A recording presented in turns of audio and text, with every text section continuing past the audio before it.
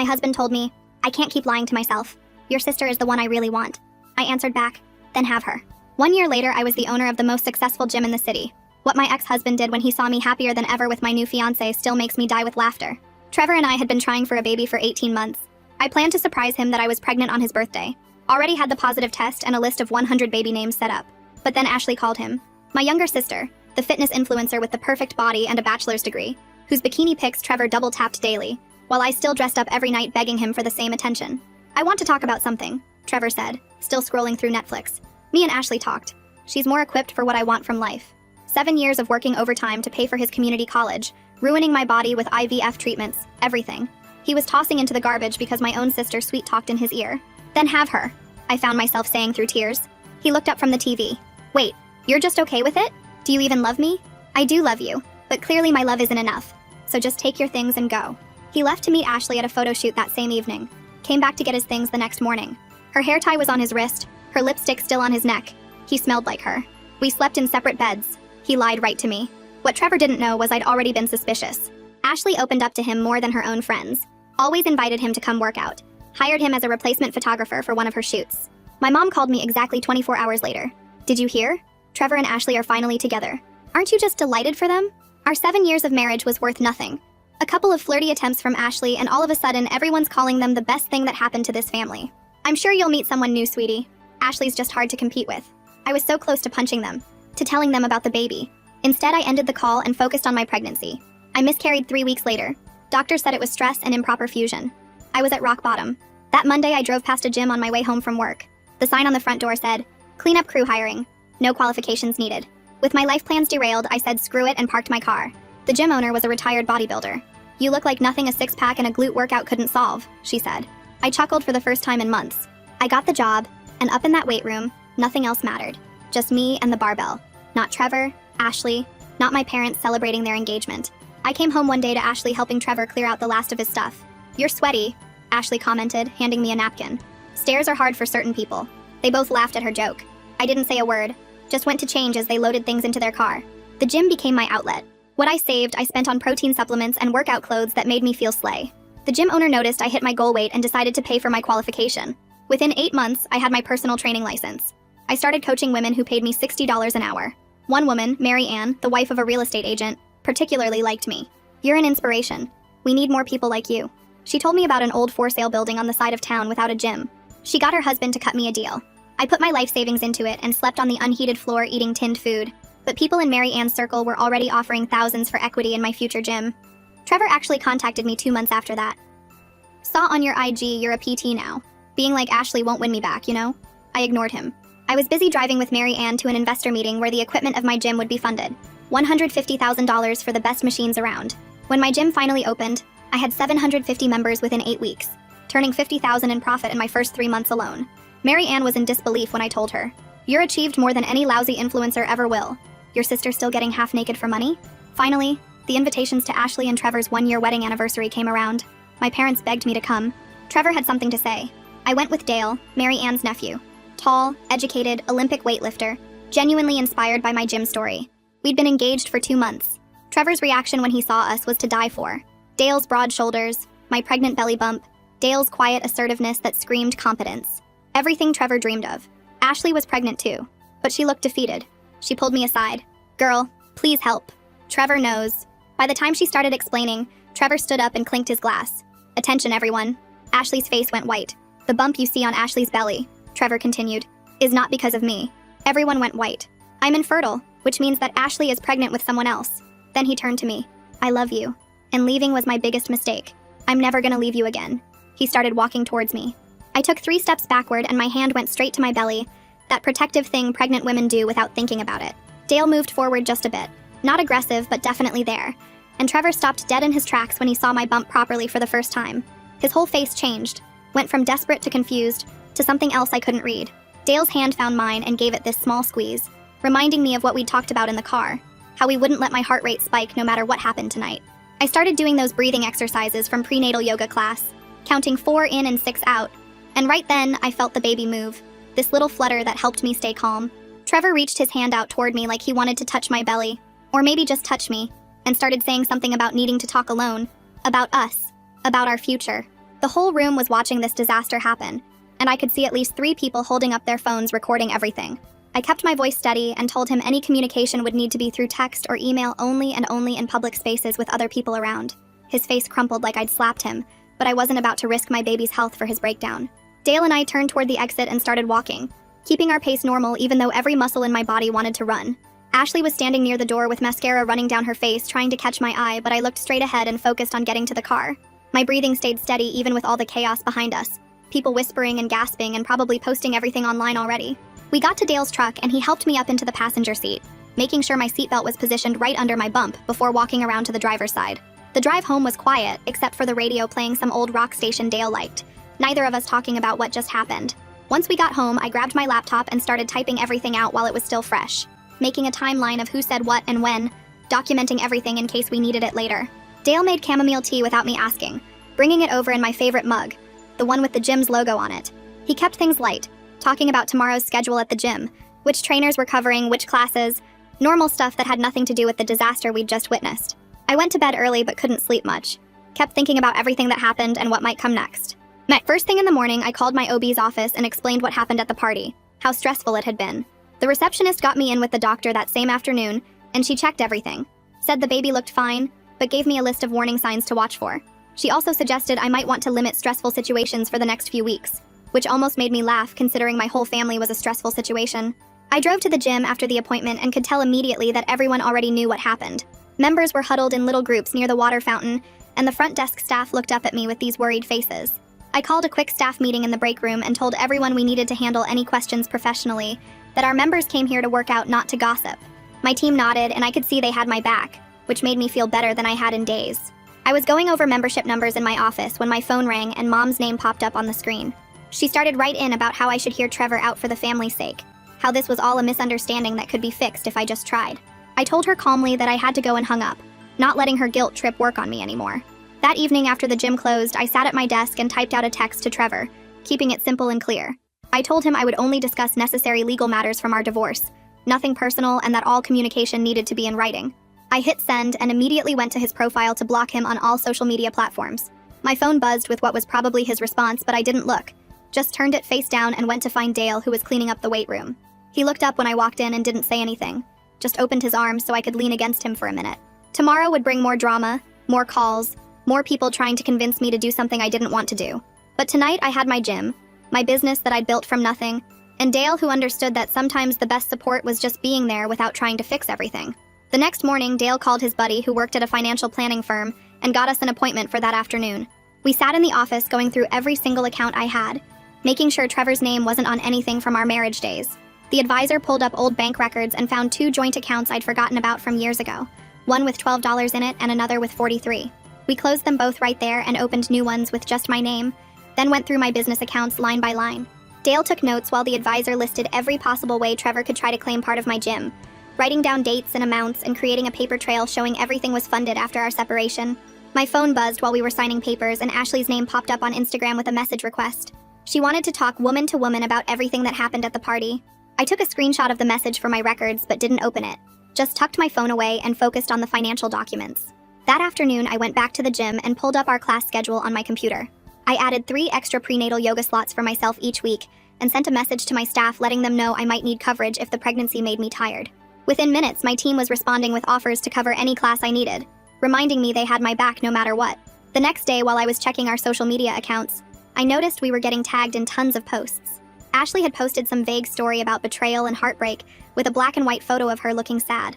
Her followers were going crazy trying to figure out what happened, and somehow my gym kept getting mentioned in the comments. Our follower count jumped by 200 in just a few hours, which was weird, but I wasn't complaining about free advertising. I called Myrtle, who came to the gym that afternoon with her laptop. She sat in my office typing up a statement that said basically nothing but sounded professional. Something about focusing on health and wellness during this time and respecting everyone's privacy. She posted it on all our accounts and the speculation died down pretty quick after that. Trevor texted me that night saying he needed to meet urgently to fix our family. I copied the boundary message I'd sent him before about only discussing legal matters in writing, and sent it again without adding anything else. A few days passed and I kept thinking about Ashley's message.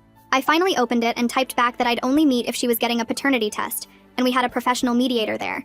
She wrote back yes immediately, which caught me off guard. I spent the next morning researching family therapists who did mediation work, and found one with good reviews who could see us the following week. I sent both Ashley and Trevor separate emails with the appointment details and the rules. Everything had to stay factual, no blame games, everyone gets equal time to talk. At our weekly staff meeting, I brought up the situation without going into details. We worked together to write scripts for anyone who asked questions about the drama, basically telling them we were here to focus on fitness, not gossip. My team also helped me set up keyword filters on our social media to hide any nasty comments that might come through. We were wrapping up the meeting when I got home and found a thick envelope in my mailbox. The return address was from some law firm I'd never heard of. My hands shook a little as I opened it and read through the legal language. Trevor's lawyer was suggesting he might have a claim to my gym as marital property, since we were still technically married when I started working at the first gym. My stomach dropped, but I forced myself to take a deep breath and switch into problem-solving mode instead of panicking. I grabbed my phone and started Googling forensic accountants in the area, scrolling through reviews until I found one with experience in divorce asset disputes. The guy's office was downtown, and when I called, his secretary said he could squeeze me in that afternoon if I brought all my business records. I spent the next 2 hours pulling together bank statements, incorporation papers, the lease agreement, everything that showed when I started at the gym, and when I opened my own place. The accountant's name was Mr. Peterson, and he looked exactly like you'd expect. Glasses and a calculator on his desk. He went through every single document, making copies and highlighting dates, asking me questions about inheritance money from my grandma that I'd used for the down payment. When he finished, he leaned back and told me Trevor's claim was basically garbage since everything happened after we separated, but having the paperwork organized would shut down any attempt fast. That night, Dale and I were making dinner when he brought up the mediation sessions that were probably coming. He stirred the pasta while telling me he'd been thinking about it and didn't want to be in the actual meeting since it might make things more tense with Trevor. He'd wait outside in the lobby or the car, ready if I needed him, but he thought keeping some distance would help things stay professional. I appreciated him thinking it through like that instead of trying to play the protective boyfriend card. We were cleaning up when my phone buzzed with a text from my mom. 5 words that made my stomach turn. Don't destroy our family. I stared at it for a full minute, feeling that old guilt trying to creep in, but then I just deleted it and blocked her number for now. 2 days later, I woke up to find blood on my underwear. Not a lot, but enough to send me into full panic mode. Dale drove me to the emergency room while I tried not to completely lose it, convinced something was wrong with the baby. The triage nurse got me in pretty quick when I explained I was pregnant and bleeding. They did an ultrasound and the doctor said everything looked fine, just some spotting from stress. Totally normal, but I needed to rest more. She wrote me a prescription for anxiety meds that were safe during pregnancy and suggested I find a therapist who specialized in prenatal stress. The next morning, I got an email from the mediator I'd contacted with available times for our first session. She laid out all the ground rules in writing. Everyone sticks to facts, not feelings. No yelling or blame spirals. Each person gets equal time to talk without interruption. Just having structure and rules made my chest feel less tight. I picked a slot for the following week and forwarded it to both Trevor and Ashley. Ashley messaged me on Instagram later that day saying she'd already agreed to do the paternity test, but wanted to know if I'd go with her to the appointment for support. I typed back that the mediator would handle coordinating all that stuff, and we should keep our distance until then. She sent back a thumbs up emoji, and that was it. The mediation appointment came faster than I expected. Dale drove me but stayed in the car like we'd discussed. The mediator's office was one of those neutral beige spaces designed not to trigger anyone. Trevor was already there when I walked in. Wearing a suit like this was a job interview. He started talking the second we all sat down, reading from his phone about how sorry he was for everything, how he'd been in therapy working on himself. But then without even taking a breath, he switched to talking about dividing up property and assets like we were business partners dissolving a company. I cut him off and stated clearly that there would be no reconciliation, period, and any discussion about assets needed to go through our lawyers only. The mediator wrote everything down, and at the end she summarized what we'd agreed on. No contact between sessions, Ashley's paternity test was scheduled for next week, and all financial discussions would happen through legal counsel only. She made us both sign a paper acknowledging these agreements. Having it all documented and official made me feel protected for the first time in weeks. My gym was hosting a charity fundraiser that weekend for the local women's shelter, and I decided to show up for just an hour to thank everyone. The second I walked in, my regular members formed this protective circle around me, steering conversations away from anything personal and keeping the nosy people at bay. One woman actually stepped between me and someone who started to ask about the situation, and changed the subject to the new equipment we'd ordered. Their loyalty reminded me that I'd built something real here, something that had nothing to do with Trevor or Ashley or any of that drama. Monday morning, I was reviewing the fundraiser numbers when my phone rang with a number I didn't recognize. The woman on the other end said she was a reporter from the local news and wanted to comment on my family situation after someone had leaked video from the anniversary party. I gave her exactly 2 boring sentences about how everyone deserves privacy during difficult times, and mental health should be the priority, then hung up before she could ask anything else. 2 days later, I was sitting in the forensic accountant's office looking at spreadsheets that made my head spin.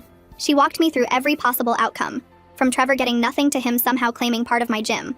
The worst-case scenario had me losing 30% of the business value if his lawyer could prove marital assets were used. I opened a separate emergency account that afternoon, and moved 50,000 into it just in case things went sideways.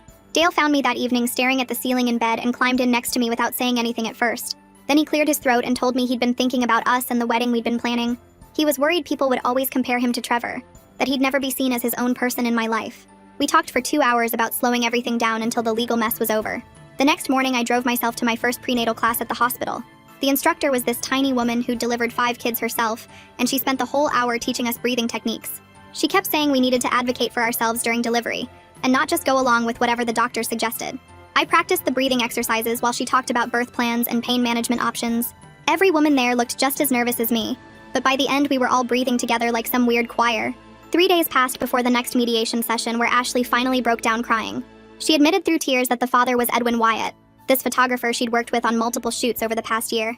The mediator wrote down his full name and contact information while Ashley stared at her hands looking completely defeated. She said Edwin knew about the baby, but hadn't decided what he wanted to do yet. The mediator promised to reach out to him within the week to discuss paternity testing and potential co-parenting arrangements. I watched Ashley shrink into her chair as the reality of her situation hit her all over again. Later that week, the mediator called to update me that Edwin had agreed to cooperate with everything. He'd already scheduled his paternity test and was willing to discuss custody arrangements once the results came back. The mediator said he seemed relieved to have someone neutral handling the situation, instead of dealing directly with Ashley. A thick envelope arrived from Trevor's therapist through the mediator's office the following Monday. The summary inside explained that Trevor was working through his shame about being infertile and his need to control situations when he felt inadequate. Reading about his issues made me feel bad for him for exactly 3 seconds before I remembered everything he'd put me through. I filed the papers with all the other documentation and went back to focusing on my gym. That Friday, we all met at the mediator's office to sign a financial freeze agreement. The document prevented anyone from moving assets or making major financial decisions during the evaluation period. Trevor's hand shook as he signed his name, and Ashley wouldn't even look at him across the table. Having that legal protection in writing meant I could finally sleep through the night without worrying about Trevor draining accounts or hiding money. The following week, I organized a staff appreciation dinner at this Italian place near the gym. My 12 employees showed up ready to eat their weight in pasta, and we spent 3 hours talking about the business. I brought up the idea of capping our membership at 1,000 to maintain quality, instead of just growing endlessly. Every single person agreed that keeping things manageable was better than becoming some huge impersonal chain gym. We made plans for equipment upgrades and new classes, but all within our current space and member limits. Edwin met with the mediator 2 days after our dinner, and I heard about it through the grapevine. He'd requested confidentiality because of his photography contracts with major brands who wouldn't want scandal attached to their campaigns. Everyone agreed to keep things quiet, and he signed papers agreeing to the paternity test and future discussions about the baby. The mediator told me he seemed like a decent guy who was just caught up in a messy situation he hadn't expected. Trevor's lawyer sent over a settlement proposal the next week suggesting I pay Trevor $75,000 for his emotional investment in my success. My accountant laughed out loud when she read it and immediately drafted a response with documentation, showing every penny for the gym came from my inheritance and post-separation income. She attached bank statements, tax returns, and investment records that proved Trevor had zero claim to anything. The facts were completely on my side, and his lawyer knew it, but was obviously trying anyway. My phone buzzed with a text from Ashley 2 days later while I was reviewing membership contracts at the gym. She thanked me for pushing for mediation instead of letting this turn into a public court fight that would destroy her influencer income. I screenshot the message and forwarded it to my lawyer without responding. That afternoon, I drove to my OB appointment where we went through every detail of my birth plan. The doctor walked me through each step and made sure Dale's contact info was in the system as my primary support person. She gave me a folder with copies of everything and told me to keep one at home and one in the car just in case. Dale met me after the appointment and we sat in his truck going through the papers together. He programmed the hospital's direct line into his phone and made notes about which entrance to use for labor and delivery. 3 days later, we all showed up at the lab for Ashley's paternity test. Trevor went first, then Ashley, then Edwin, who drove up in a rental car looking uncomfortable but cooperative. The tech took cheek swabs from everyone, and the mediator logged all the sample numbers and told us results would take 2 weeks. I noticed the online gossip about our family drama had died down since nobody was posting anything dramatic anymore. My gym's social media went back to normal engagement instead of people fishing for scandal details. The forensic accountant called me that Friday with the preliminary financial report. She walked me through every page showing how my inheritance from my grandmother funded the down payment, and all the renovation costs came from my post-separation income. The equipment was bought with business loans I qualified for, based on my personal training income. Trevor's name wasn't on a single document, and she said his lawyer would be stupid to keep pushing after seeing this evidence. The next mediation session was scheduled for Monday morning, and I showed up with my stack of financial documents. Trevor sat across from me with a typed statement his therapist had helped him write. He read it slowly, taking responsibility for his choices and the pain he caused without asking for reconciliation or forgiveness. I kept my face neutral and just nodded when he finished reading. The mediator made copies for everyone, and we moved on to the next agenda item. Ashley posted on her Instagram that night announcing a break from social media to focus on health and family. Her comments section exploded with speculation, but she didn't respond to any of it. I felt the tight feeling in my chest loosen for the first time since the anniversary party. Dale noticed me sleeping better and mentioned it while we made breakfast together. The paternity results came back exactly 2 weeks after the test. The mediator called each of us separately to share the results before our next group meeting. Edwin was confirmed as the father of Ashley's baby with 99.9% certainty. I felt weird relief knowing that question was finally answered even though it didn't directly affect me. Ashley and Edwin started meeting with the mediator separately to work out a co-parenting agreement. I heard through the mediator that they were being surprisingly mature about custody schedules and financial support. Edwin had good insurance through his photography work and offered to add the baby to his plan. They agreed to shared legal custody with Ashley having primary physical custody, and Edwin getting weekends once the baby was old enough. The mediator said they were actually communicating better than most couples she worked with. Trevor's lawyer finally convinced him to accept reality after seeing all my financial documentation. They drafted a settlement where Trevor would receive $5,000 as a goodwill gesture and sign away any claims to my business or other assets. I agreed just to get everything finished and legally protected. We met at the mediator's office on a Thursday afternoon to sign the final papers. Trevor's signature was shaky, but he signed every page without complaining.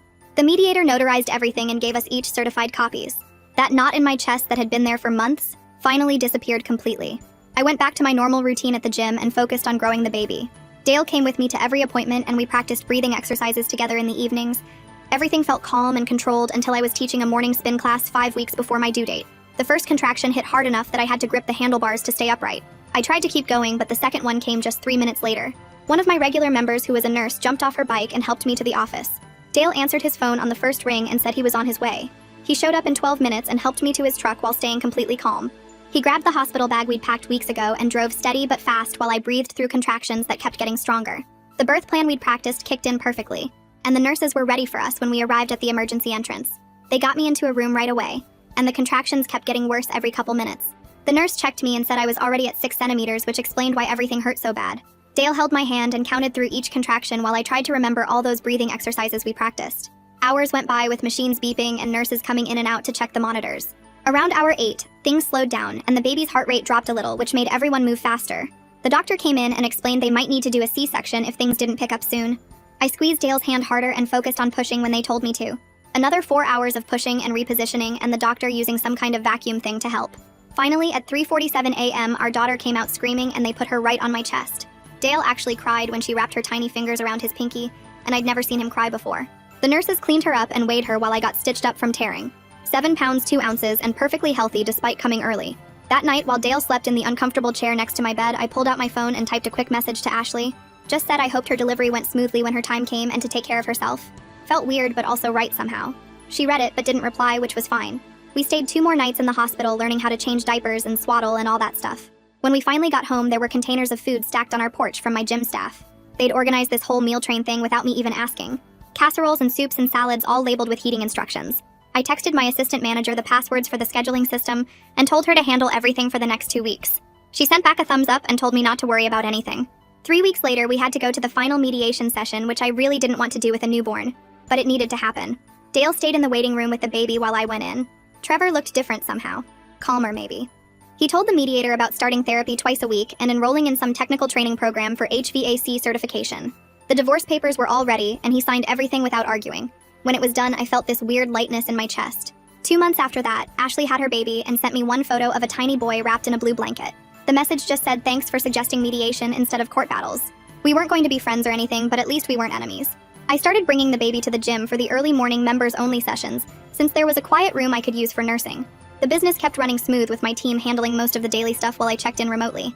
My parents called asking to visit and I gave them clear rules. 2 hours max, no talking about Trevor or Ashley, just focus on meeting their granddaughter. They actually showed up on time and followed every rule, which surprised me. Mom held the baby and talked about her knitting projects while Dad took about 50 photos. When their 2 hours were up, they left without arguing. That weekend, Dale and I sat on the floor surrounded by baby clothes we'd gotten as gifts. He mentioned maybe we should think about getting married next year or whenever felt right. No rush, no pressure, just 2 people building something real together. We both knew we had time to figure it out. Appreciate you hanging out with me through all this. I've still got a ton of questions. But hey, that's just how my brain works. I'll see you around next time. If you made it to the end, drop a comment. I love reading all your comments.